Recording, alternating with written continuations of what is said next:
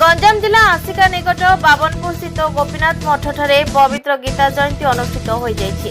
मठाधीश अशोक कुमार दास तत्वावधान में श्रीमद भागवत गीतार 18 गोटी अध्यायर 700 श्लोक आहुति दे यज्ञ अनुष्ठित होइतिला।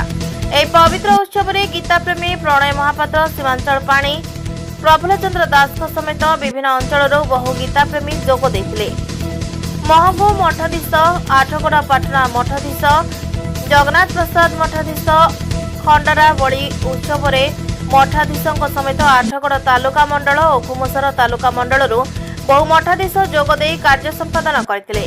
यज्ञस्थल में आध्यात्मिक परिवेश मध्य ज्ञान चर्चा सह भक्त माने आत्मविभर मध्य प्रसाद सेवन कार्यक्रम अनुष्ठित होता। Bureau report JMD news.